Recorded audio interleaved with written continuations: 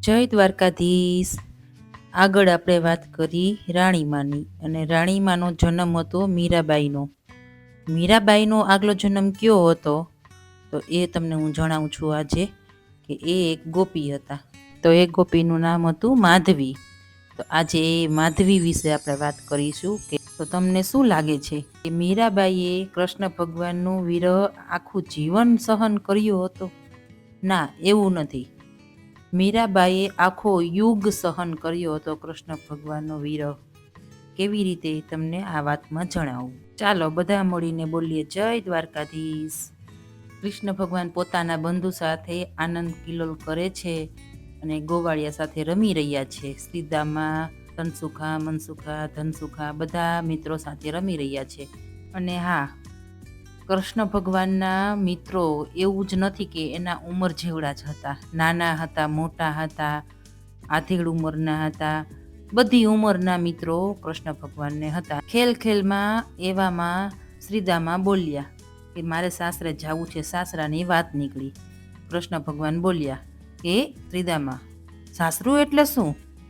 ત્યારે શ્રીદામાએ કીધું, આપણી ઘરવાળીનું મમ્મી પપ્પાનું ઘર એટલે સાસરું, અને હું ત્યાં જવાનો છું। ત્યારે ઠાકોરજી બોલ્યા કે ભાઈ, અમારે તો એવું કાંઈ નથી, અમારે તો ઘરવાળી નથી, અમારે તો પત્ની નથી। ત્યારે શ્રીદામાએ કીધું કે હજી તું નાનો છે, મોટો થઈ જાઈશ પછી તારા લગ્ન થશે ને પછી તારી પત્ની થશે, અને પછી તારું સાસરું કહેવાશે। અને કાનાજી તો સપના જોવા લાગ્યા સાસરિયાના, અને શ્રીદામાના લગ્ન થયા માધવી સખી સાથે। શ્રીદામા તો માધવી સખીને સાસરે લેવા ગયા। માધવી સખી સાસરે આવે એ પહેલાં માતાએ સમજાવ્યું કે જો બેટા, સાસરે ધ્યાન રાખજે, બધાની સાથે હળી મળીને રહેજે, બધાની સાર સંભાળ રાખજે, બધાનું સન્માન કરજે, પણ તારા પતિના મિત્રોમાંથી એક મિત્ર એવો છે જેનાથી તું બચીને રહેજે। માધવી બોલી, કેમ માતા, એનાથી કેમ બચીને રહેવાનું? ત્યારે માતા બોલ્યા કે મેં સાંભળ્યું છે કે તે એકવાર તીરછી નજરથી જોઈ લે તો પોતાના જ બનાવી લે છે, તે કંઈક જાદુ કરી દે છે, તેનું નામ કૃષ્ણ છે, તે કંઈક જાદુગર પણ છે, એનાથી તું બચીને રહેજે, નહીતર તું એની જ થઈ જઈશ।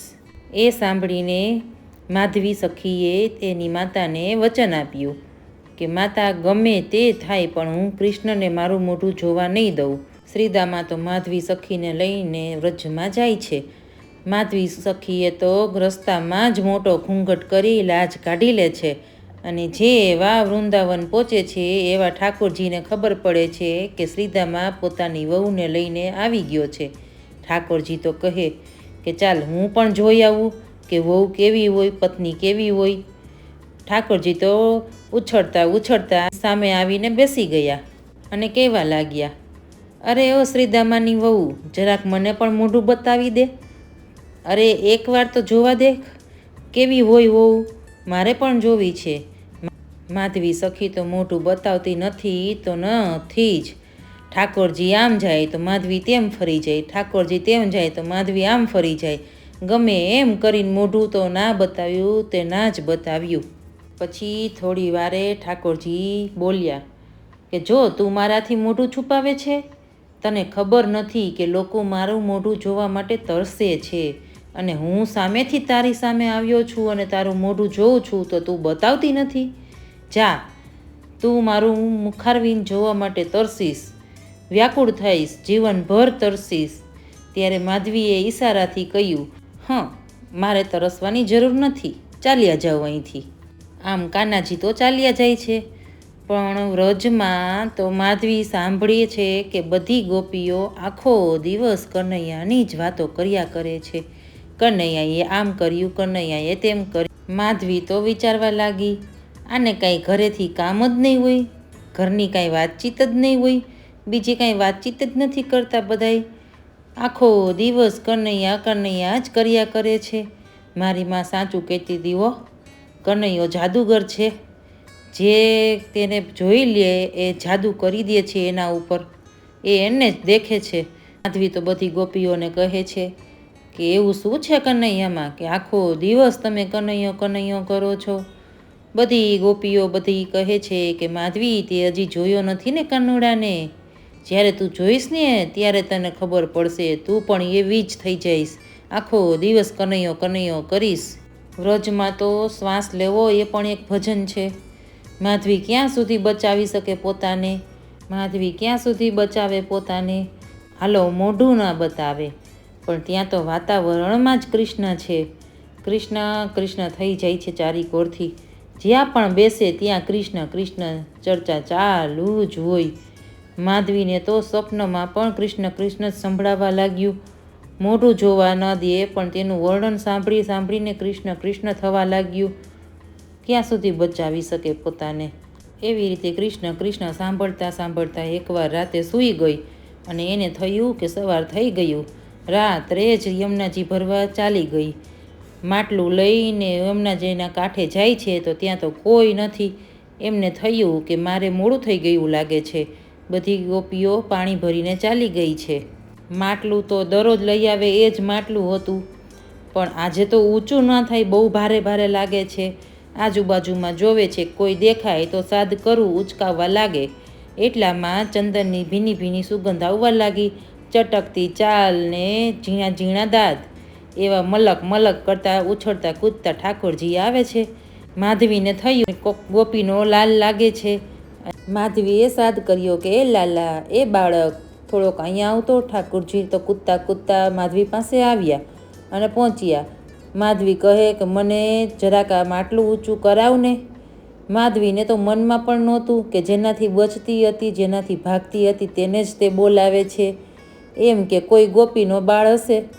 ઠાકોરજી તો મનમાં મનમાં મલકતા મલકતા જાય છે. ઠાકોરજીએ માટલી ઊંચી કરી તો કરી, બેયની નજર એક થઈ, પણ એવી કે જે માટલી ઊંચી કરવી અને મુખારવીને જોયું માધવી ગોપીએ કાનાનું, નિહાળતી જ રહી ગઈ. મધુર હસી, કમળ જેવી આંખો, અચિત અવસ્થામાં થઈ ગઈ માધવી તો.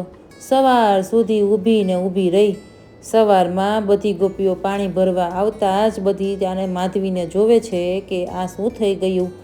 માધવીને જગાડવા લાગે છે પણ માધવી હલતી નથી ને ચલતી નથી.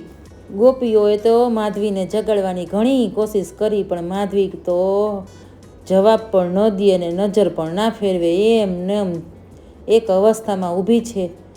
અને એક ગોપી યમુનાજી લાવીને માધવી માથે છાંટ્યું. ત્યાં માધવી સચેત અવસ્થામાં થઈ અને બોલી ઉઠી કે ક્યાં ગયો સાવરો સો બાલક, ક્યાં ગયો ઈ કટાક્ષ નેત્રવાળો ગોપીનો લાલ હતો, એ ક્યાં ગયો.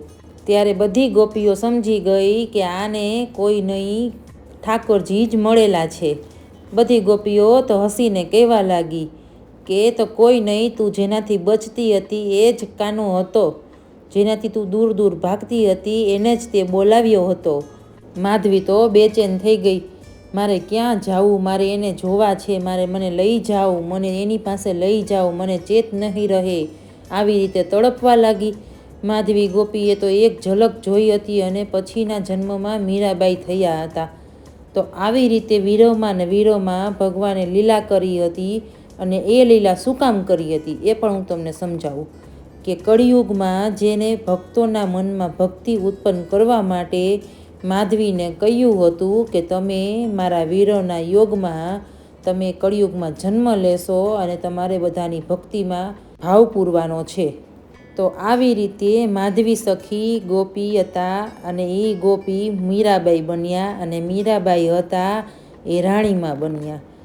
આવી રીતે ભગવાનની વાતોમાં આપણે સત્સંગ કરીશું. તમારા બાળકોને, તમારા સગાવાલાને બધાને શેર કરી દેજો આ વિડીયો અને બધાની સાથે બેસીને આ સત્સંગ સાંભળો અને લાઈક કરો, શેર કરો અને સબસ્ક્રાઈબ કરો. બોલો જય દ્વારકાધીશ. તો આગળના વિડીયોમાં આપણે જાણશું જગન્નાથ ભગવાન વિશે. જગન્નાથ ભગવાનનું સ્વરૂપ અધૂરું છે કે પૂરું? શું ભગવાનની ઈચ્છા હતી આટલા અધૂરા સ્વરૂપની? તો એ બધી આગળના વિડીયોમાં આપણે જાણશું. તો આગળનો વિડીયો પણ જોજો. એકબીજાના વિડીયાથી કનેક્ટેડ વિડીયા હોય તો બધા વિડીયો જોશો તો તમને સમજાશે આગળ પાછળની સ્ટોરી.